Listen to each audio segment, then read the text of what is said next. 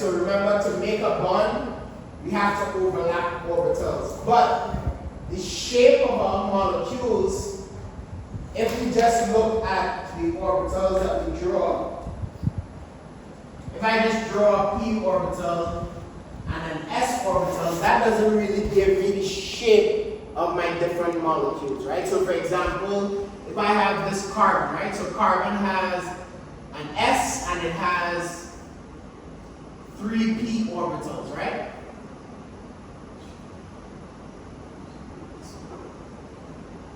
And now it's real jumping. So carbon has an s and then 3 p orbitals. If it was like this, if these are the orbitals that will bond or overlap with other molecules, with another carbon atom, the shapes that we get from molecules will be different. So for example, and this looks super jumbled, so let me try and draw it clearly so you all can see, right? So I'll draw it so that you all can kind of see what I'm talking about. So if I have a carbon in the middle right here, right?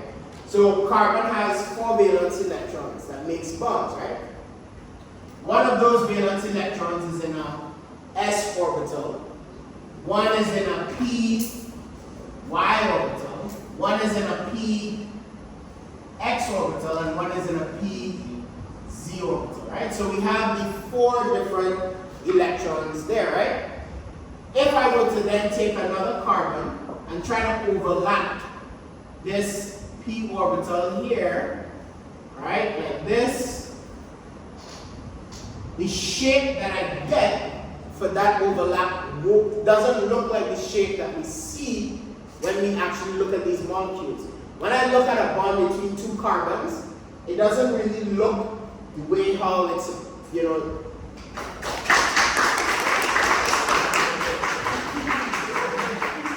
alright. So it doesn't really look the way that it's supposed to, right? So what scientists and chemists have decided that, oh, these shapes don't make sense. The angles of these molecules don't make sense based on if you just have the orbitals as an s and p. So because the angles don't make sense, they came up with the hybrid orbital theory. So what they said is, if I have carbon and it has 4 electrons, one should be in the s and one each in the p. When carbon goes to make a bond, it's going to form hybrid orbitals. Right? So what we are seeing is that instead of carbon's electrons, valence electrons, existing in separate orbitals, we redraw carbon with 4.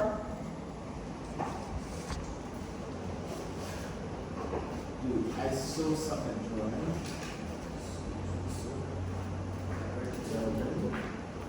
Back.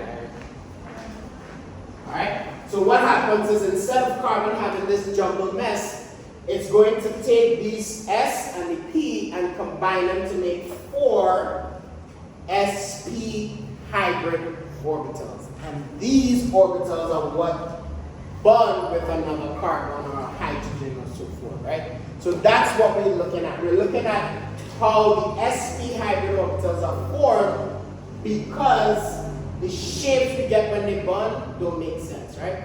So now we're going to look at the sp. So sp is simply where we have the first sp hybrid orbital is where you have the destructive overlap on one side and constructive overlap on the other side.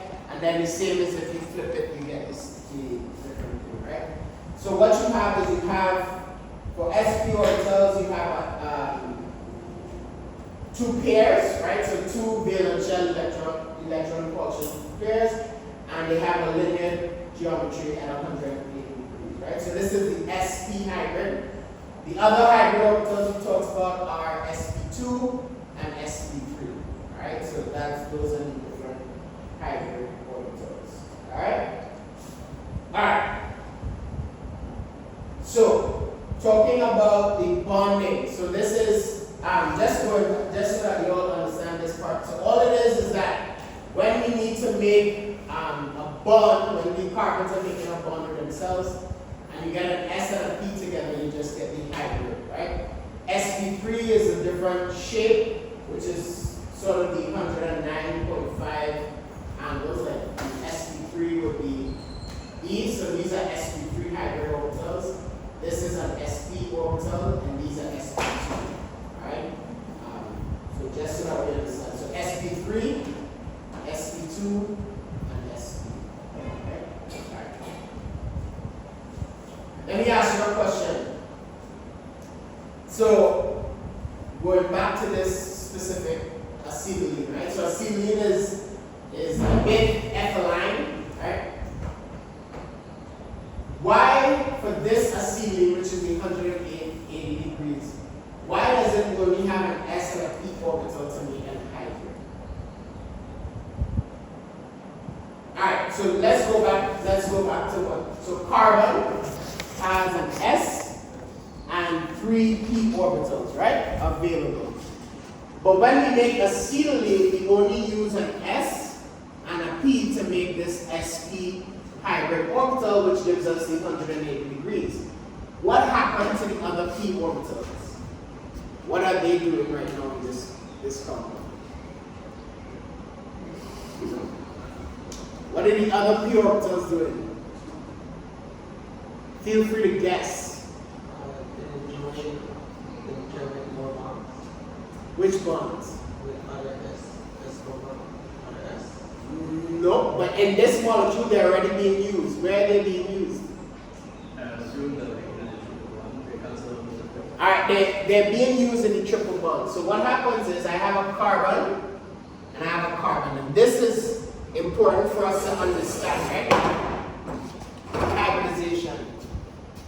The 180 degree angle we get from an sp orbital. So the sp orbital is where you get like a small version here and like this, right? So this is the sp orbital hybrid, right? So I get this and I get a small version right here, right? So this is the sp orbital. So there you get your overlap to make your bond. This is the sigma bond, right? So remember this is just sigma bond. Each of these carbons use an s orbital and a p orbital to make this hybrid orbital that's making this bond, right?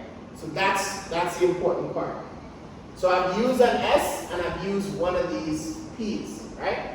So the other two p orbitals are sitting on the y-axis and are sitting on the z-axis. And when we use acetylene, those two p orbitals are forming the two other bonds in our triple bond. So the triple bond has, so if I have a triple bond will have one sigma bond and two pi bonds, right? So and I'll write this out so we kind of see it. So the one sigma bond is an sp hybrid, right? So that's the overlap that's happening. And then the two pi bonds are made up of the two p orbitals that's left, right? And that's what's overlapping. Alright, so the sigma bond is made up of the sp hybrid. The other p orbitals are what are making the two other bonds, right? The two other pi bonds. Right? So that's where we get it. The one next to it, which is ethene, the alkene. So I have a carbon here, I have a carbon here. Alkene makes an sp2 hybrid orbital, so sp2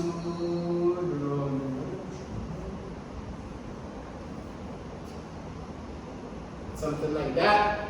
And then, so sp2 will have one sp2 here, and then an sp2. Forget me drawing it. I'm not even going to draw it because I'll confuse you more. Basically, what we see here is this.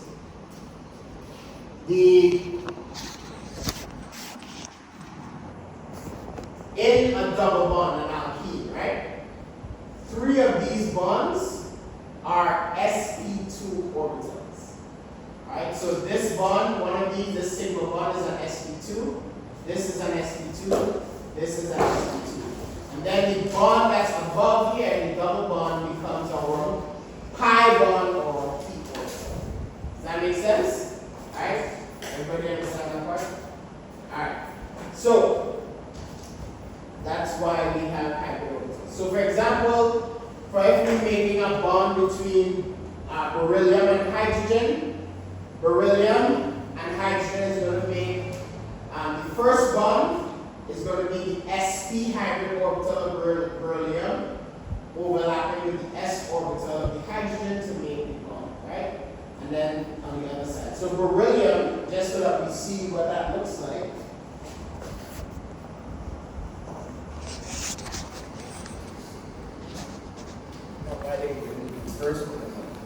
Beryllium makes, it's 180-degree angle, right?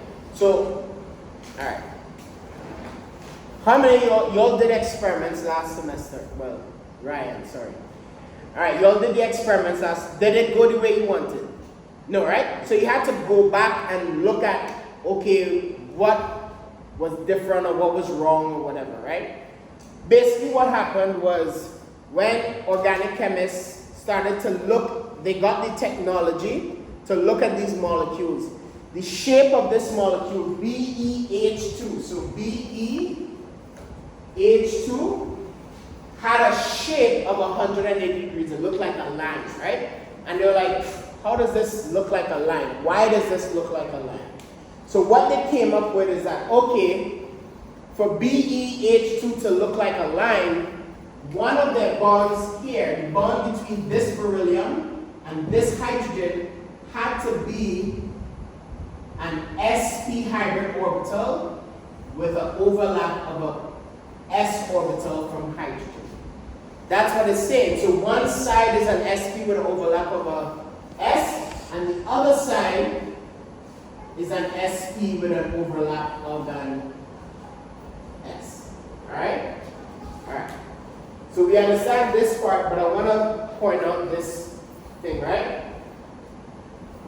Because it's making two bonds, the sp orbitals are made up of an s plus a p. These are two atomic orbitals that are going to combine to form two hybrid orbitals.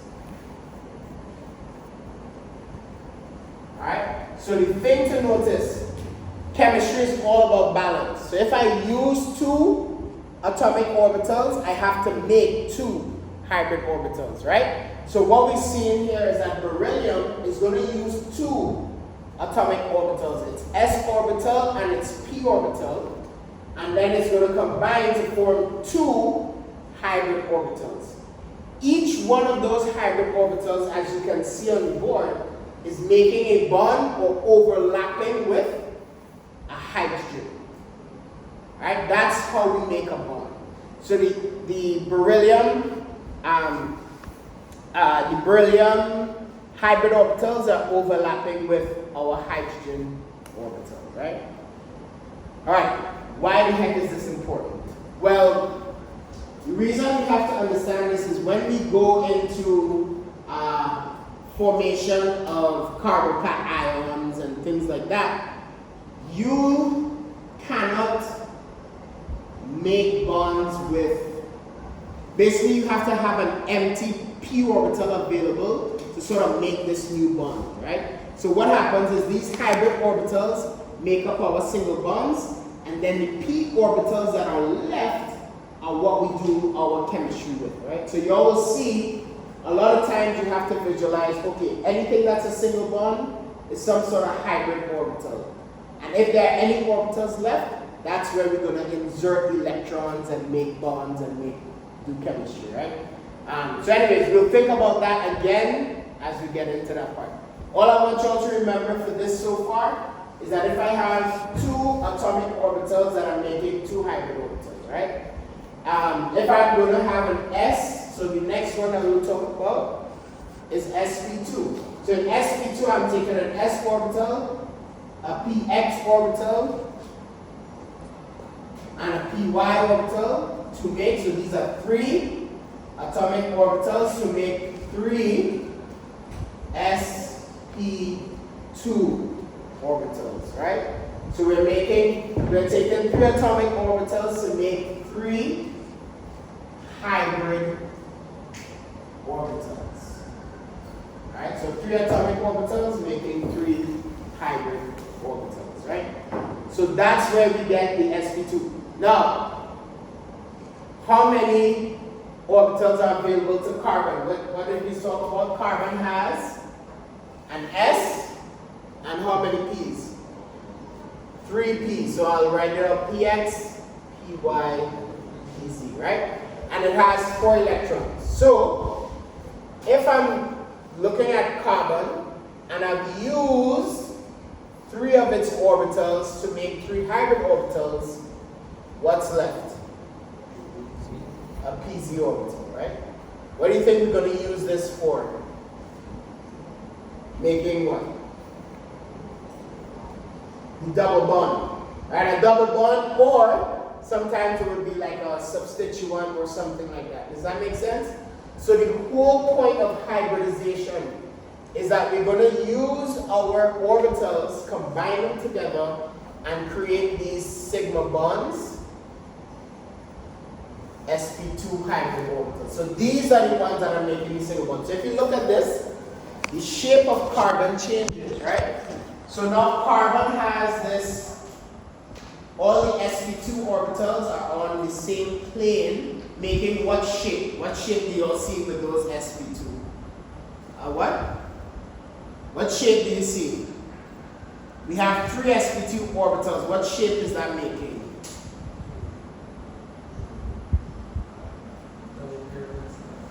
Well, you're overthinking it, right? So if I have an sp2,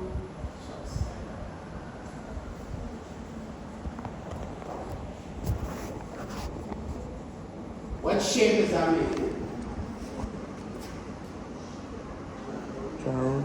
Triangle, right? Triangle. And they're all on the same plane. So, because they're all on the same plane, it's a trigonal planar. Right? Alright.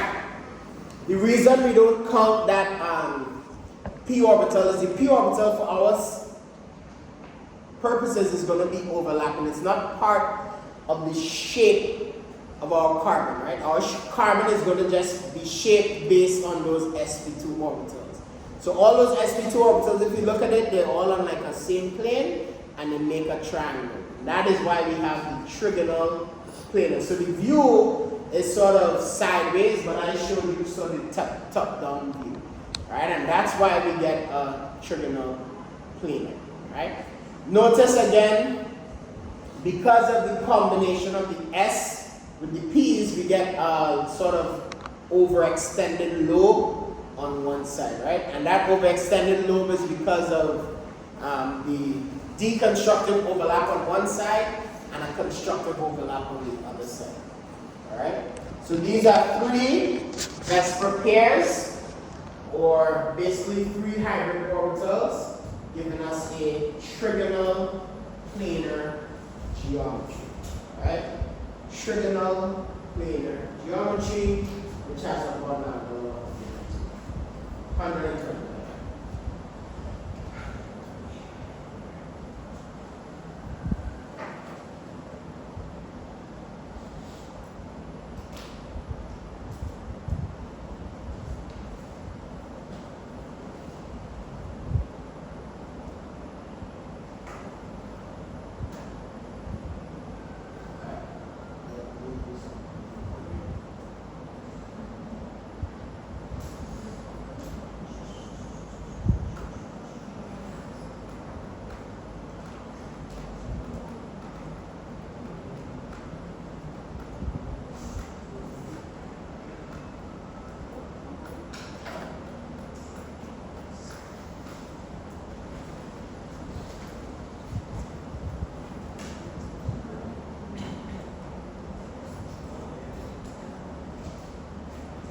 Alright, so let's do this problem. Alright, and we're going to take boron and And borane has this BH3. So I want you to draw the Lewis structure for borane, right? So remember borane, look at boron. Boron has how many valence electrons? You all remember? You all could Google it, you know. Like, look at the periodic table on your phone or something like that. Look at the periodic table on your phone. Where's boron sitting on the periodic table?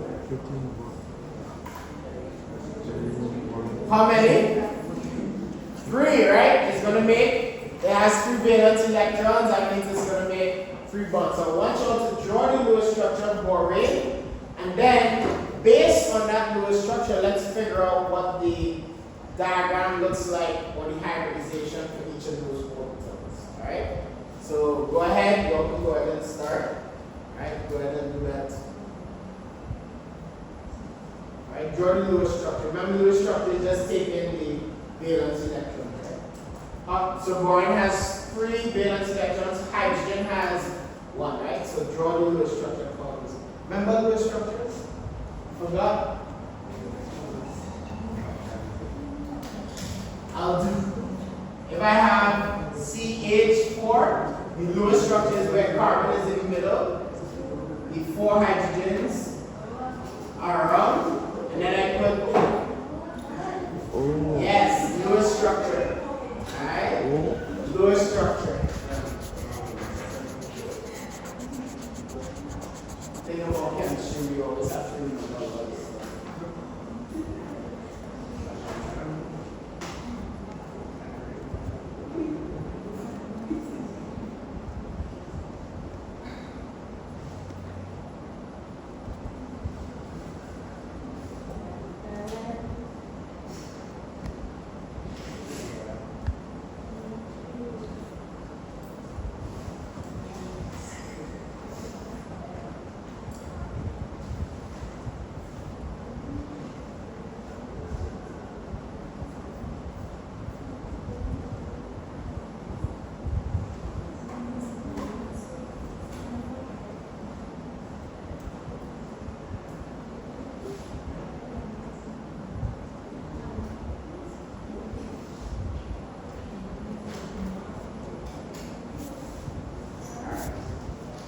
You all have to do a structure already?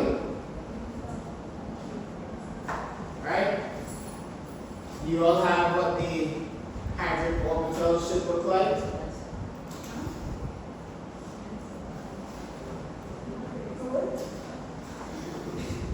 Oh my goodness, you all are sleepy.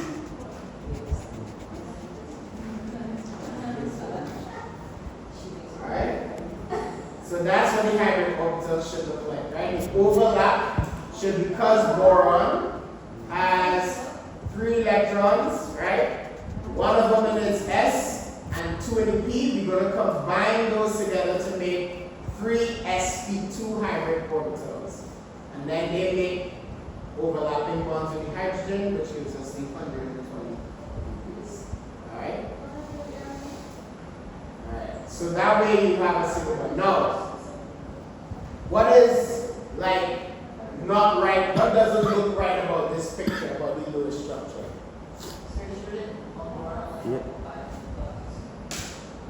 It should have 8 valence electrons, right? It should be 8, but it's 6.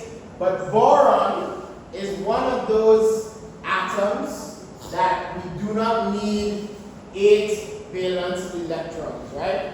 For boron, it's fine if it stays with the 6 valence electrons. It kind of has a unique sort of exception. So boron is one of those exceptions where when it makes a bond, it doesn't need 6. It doesn't need 8. It can stay with 6. Right? So that's for boron. Right? But anyways, the main thing I want you to get away from this is that because I'll write it on the board. Because there are 3 bonding electrons, right? Because we're using 3 bonding electrons for the single bonds, right? Those 3 bonding electrons are going to be part of 3 sp2 hybrid orbitals. Alright? So it'll be 3 sp2 hybrid orbitals. Right? So those 3 bonding electrons are making 3 sp2 hybrid orbitals. Right?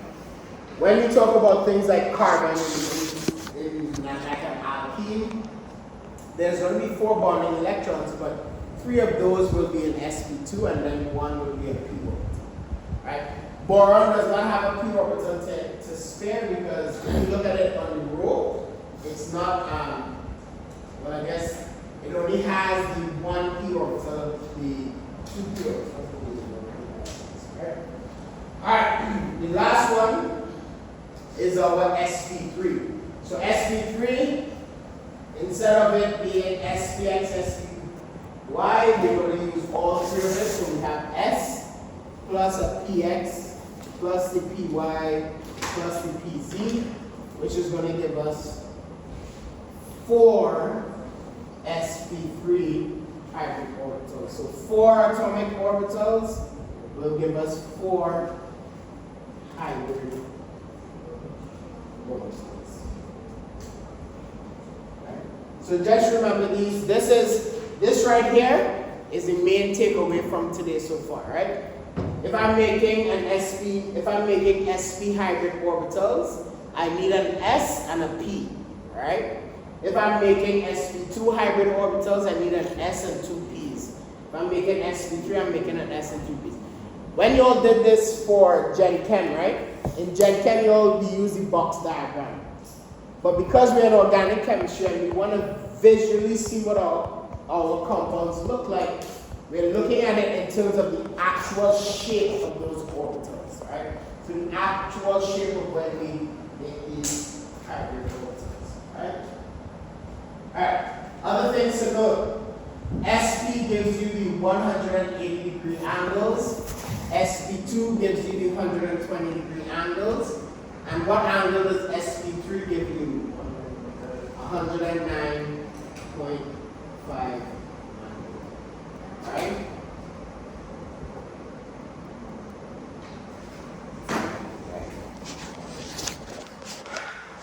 That right there is basically what those slides have been about so far. Alright? Alright. Any questions on our hybrid orbitals? Alright, let me ask you a question. Are hybrid orbitals involved in double bonds? Huh? Yes? As what? Moving as the one that only this one is A double bond.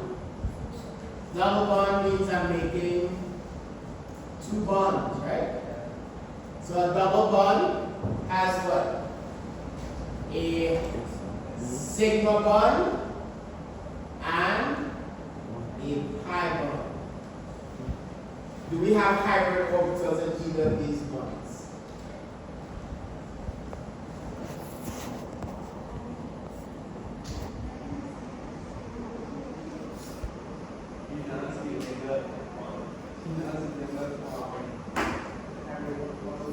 Because we are using 2 or 4, right? Not 3. Alright.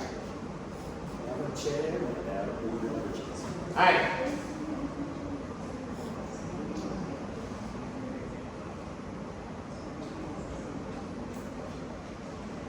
Alright guys.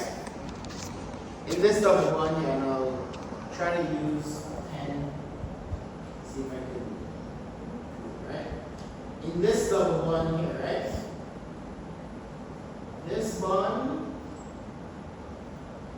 This bond, and one of these bonds are sp2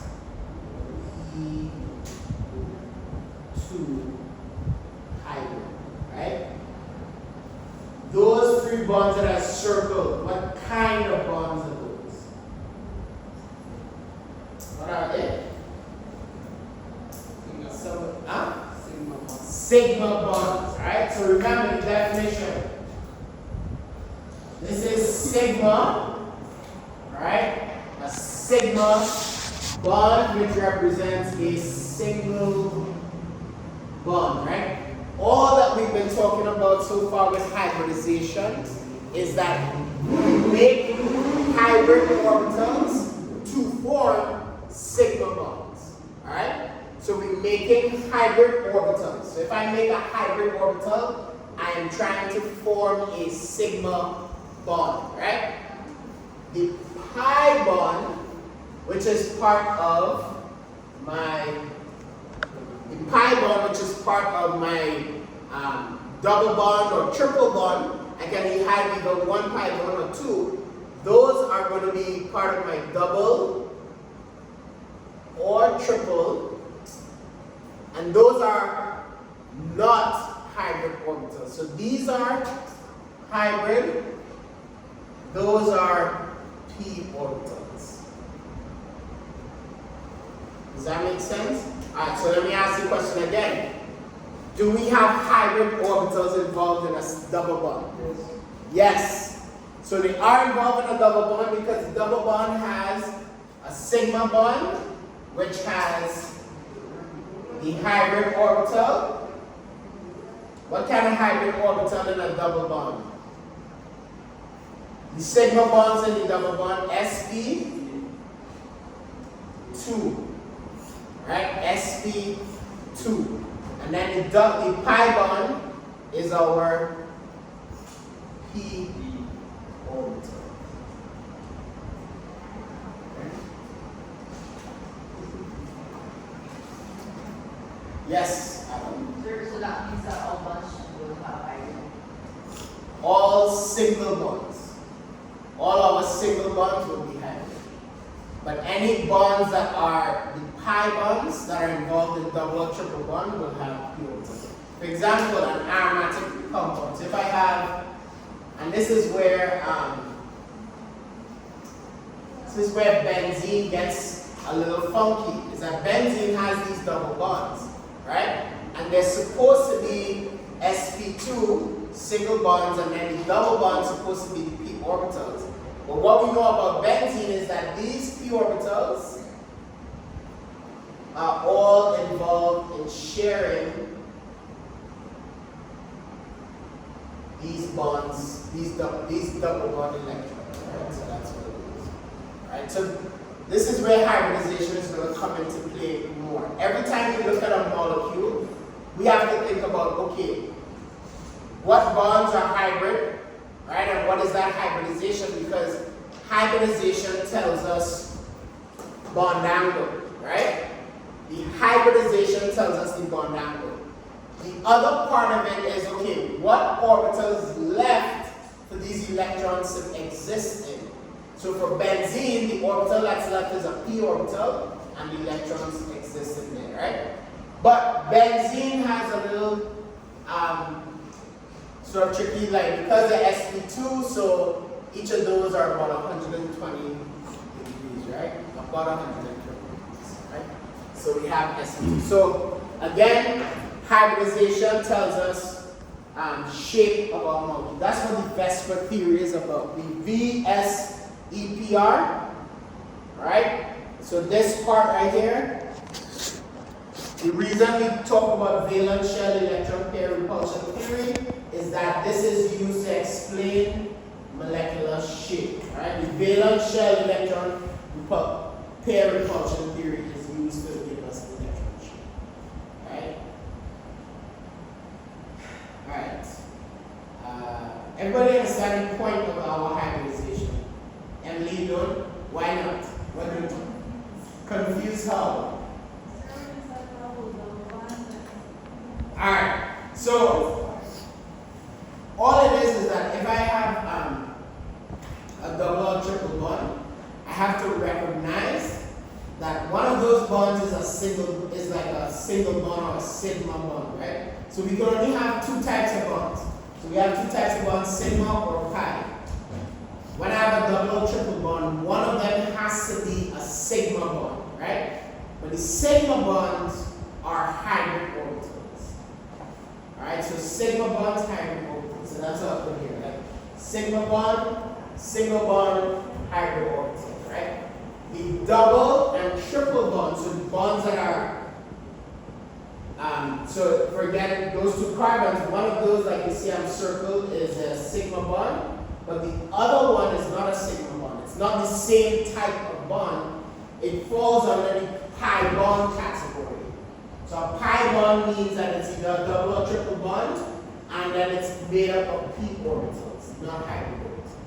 And that's the main thing, right? The reason that's important is that how many p orbitals are available tells us, that's a super accurate. How many p orbitals are available tell us what hybridization we have. So for example, in that double bond, one of those p orbitals of the carbon is being used up in the pi bond, right? So that means the other two p orbitals, px, py, are combining to give us an sp2 hybridization. sp2 hybridization then tells us the shape. All of that, that is like a whole long process. It's like, what is the hybridization? Hybridization tells us the shape, shape tells us angles and so forth, right? There's an aspect to the triple bond, so like one sigma bond. Correct. So because two of the p orbitals are being used in our pi bond, that means we could only have one p orbital available to make an sp hybrid. Right? And sp hybrids are 180 degrees. That's okay. Like what we're learning right here and the angles, and it's not always exact, but the reason that's important is that a lot of a carbon organic molecule you cannot see, right? You can't see the organic molecule. There's not even a microscope to help you see the organic molecule. So what you use is the shape of the molecule, the angles in between those atoms is what tells you what that molecule should look like. So that's why it's called a valence shell electron pair repulsion theory, because we don't actually see these shapes, but we are assuming that that's the shape it's making, right? And the shape it makes is important because it tells us how we can make a bond, right? And like Adam is probably talking about SN1 and SN2 in organic right now. SN1 and SN2, the angles that are available tell us whether that reaction can have a one-step reaction or a two-step reaction, right? So that's why you have to know what angles you have. And you can only know what angles you have based on what hybridization you have. Alright? Alright, so what you're going to be practicing on the first assignment and quiz is sort of identifying hybrid orbitals, identifying shapes of those hybrid orbitals and angles, right? And that's sort of what we're doing. Alright. So what I want you all to do now, alright, this will give us good practice. So I want you all to look at ammonia.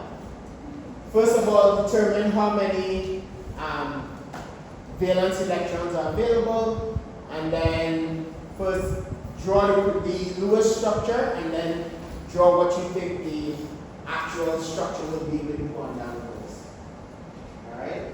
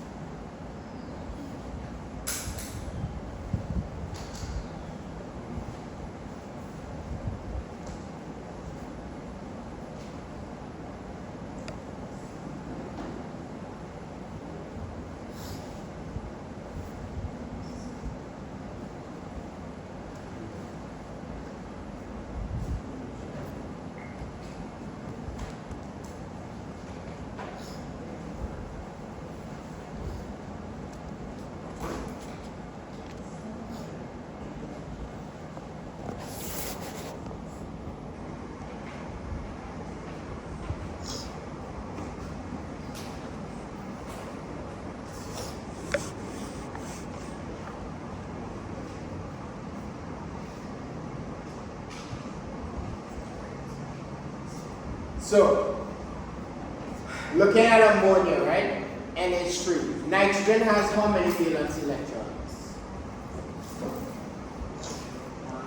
5, right? So nitrogen has 5 valence electrons, right? So we're going to look at how nitrogen has 5. Remember, Lewis structures are, we take the molecule in the middle, and then we add the other satellite molecules around it. Alright, so nitrogen has 5 valence electrons, right? So we have 1, 2, so 1 from the hydrogen, 1 from the nitrogen, 3, 4, 5, 6, and where do those last 2 electrons go? I'll say that again. Alright, let me.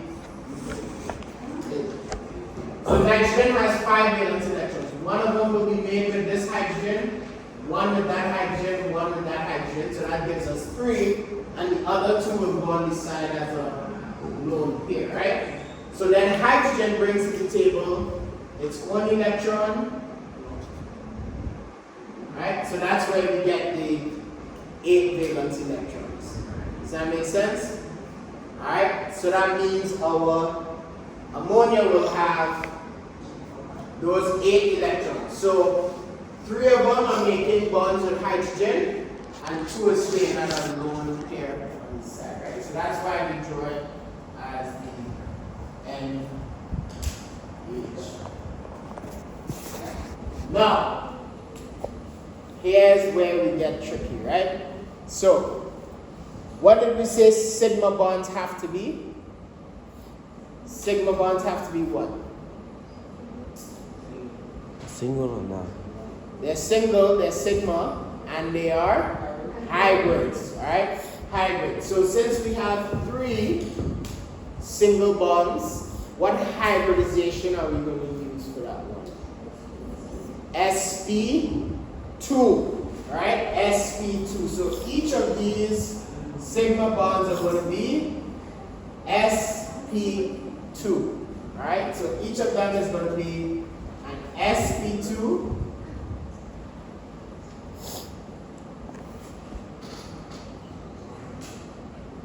Now, usually the sp2 will sit on a trigonal planar, right? But what's happening here is that lone pair, right? Remember, each of those electrons has to have its own orbital. Right? Let me make sure. So that will be something. Oh, my bad. I made a mistake here. So, sigma bonds. Alright. That's where I made a mistake. Alright, let's go back to the rule I told you. Alright. Nitrogen is not making any double bonds, right? So that means its p orbitals aren't being used in any double bonds. So that means the hybridization of its orbitals should be sp3, right? Because it doesn't have, that's what Adam said, right? So because it doesn't have the pi bond being used in any sort of double bond, right? So because of that, you get sp3, and that means each of our, so if I have nitrogen in the middle, hydrogen, hydrogen, hydrogen, so I have sp3, sp3, sp3, and then this lone pair is in an sp3 hybrid orbital, right? So usually the sp3 will give us a bond angle of 109.5. But in our case, ammonia will have a slightly smaller angle than 109.5, 107, only because of these hydrogens and because there's no atom up here, the hydrogens sort of push up a little bit closer to this double bond over on that side, closer to this lone pair of electrons over on that side, right? All right, so let me draw the process. So p orbitals used in pi bonds, right, will tell us how many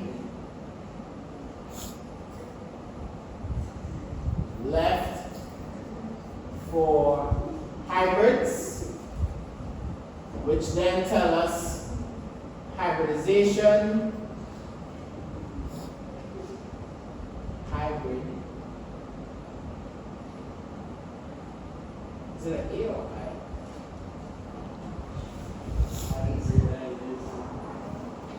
What is that? Hybridization, right? Then the hybridization tells us bond angles, and then bond angles give us shape, molecular shape. Alright, so that's how we look at it. So determine if there are p orbitals using pi bonds. If no p orbitals using pi bonds, how many left for hybrids? Based on how many left for hybrids, you have a hybridization. Given the hybridization, you have your bond angles. Given the bond angles, you get the molecular shape. Right? That's sort of the thought process that we're going to use for this. Right? So for this one, ammonia, no pi bonds. So all our p orbitals can be used for hybrids. Because all of our p orbitals used for hybrids, we get an sp3.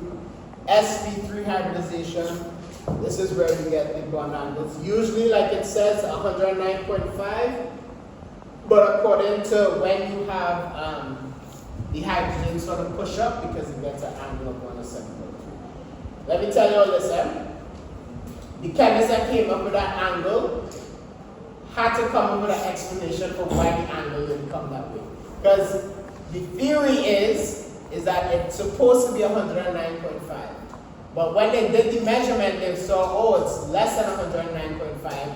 So then they came up with the theory that, oh, well, because these hydrogens are atoms, and this is a lone pair, the hydrogens are pushing further away from themselves and pushing closer to the lone pair, which gives us the 107. Right, and that's really what it is. Right. Anything else? No, I have a question for you. The angle? Yes. Yes. Well, so for lone pairs, it will be a little different. Non-bonding electrons will give us a different angle. Like, for example, non-bonding electron, like in oxygen. So oxygen is going to have some non-bonding electrons, and those non-bonding electrons give us a different angle. Right? Anything else?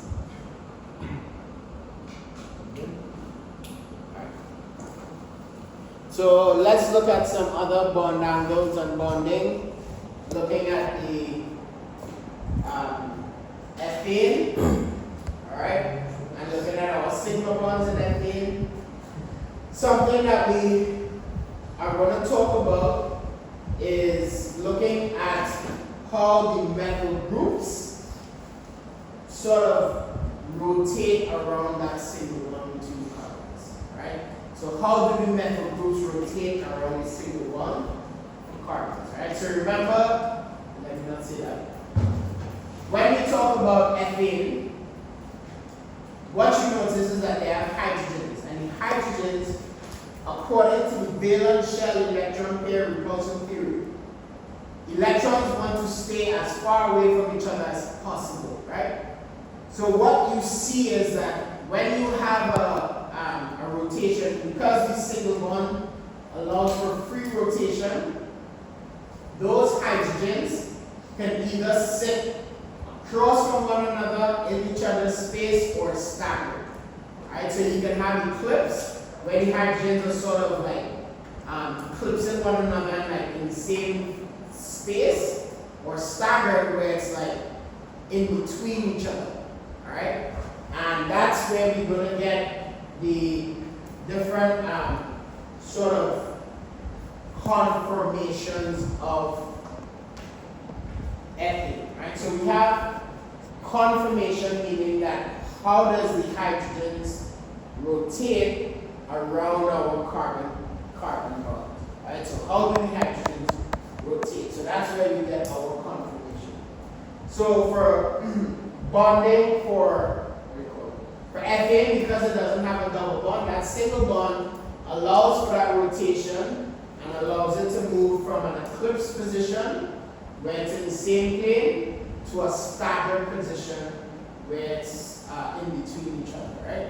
And we'll see those using human projections in a few, right? Unlike ethylene or ethene, which has the pi bonds. So look at the pi bonds. And because of those pi bonds, it's one pi bond that's shared between two p orbitals.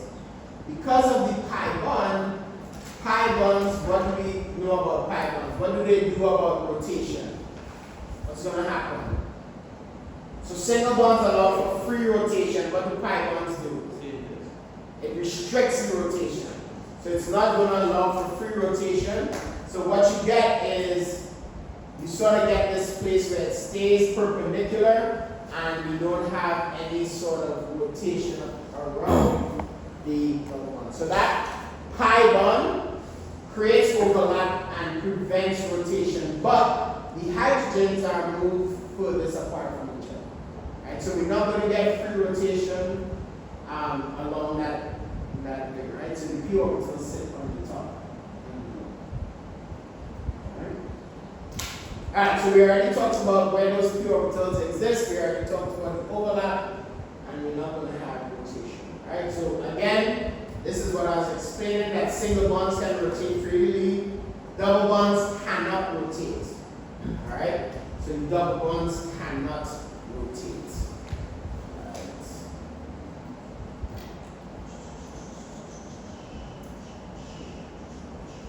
Alright. What do we see the difference between the molecule on the left and the molecule on the right? What's the difference do you all see in the structure? Let's see if somebody can point it out with me. SCH. The trans bonds and like the I want to say molecule, but I don't know that. And then mirror and then adjacent the system, the cross. Alright, so what we see is the groups, the methyl group, CH3 and CH3. In the cis, they are on the same side, and in the trans, they're on opposite sides, right? What we are saying is that because pi bonds don't allow free rotation, you're not going to get this change of conformation, right?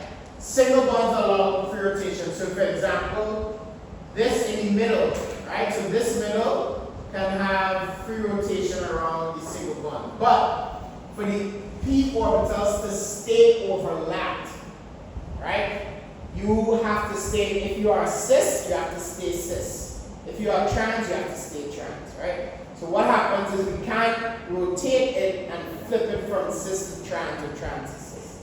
So that's where we get the term isomers. Right? So we're going to have isomers that have the different arrangement of their atoms around that bond. Right? So the isomers are what we're going to have in our bonds. Right? And the type of isomers we're going to talk about today are constitutional or structural isomers, right? So I want you all to write the definition for that on the bottom there, that constitutional or structured isomers, all right?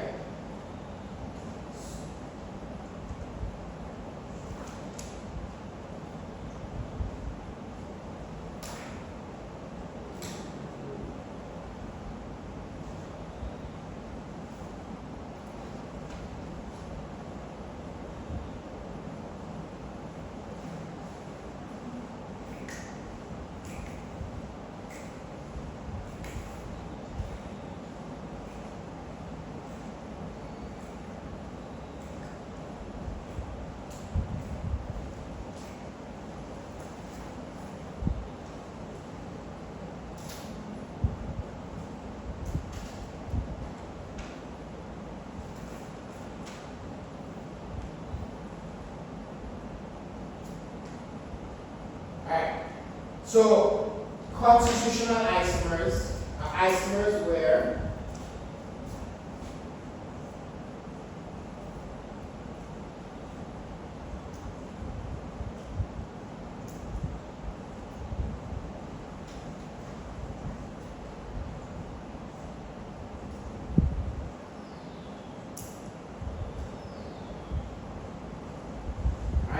So the constitutional items have to be in a different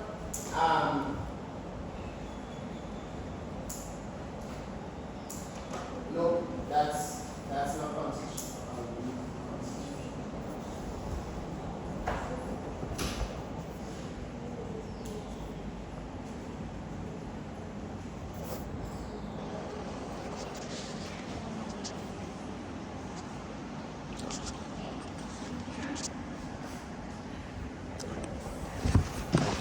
Alright, I'm getting ahead of myself. Alright. So constitutional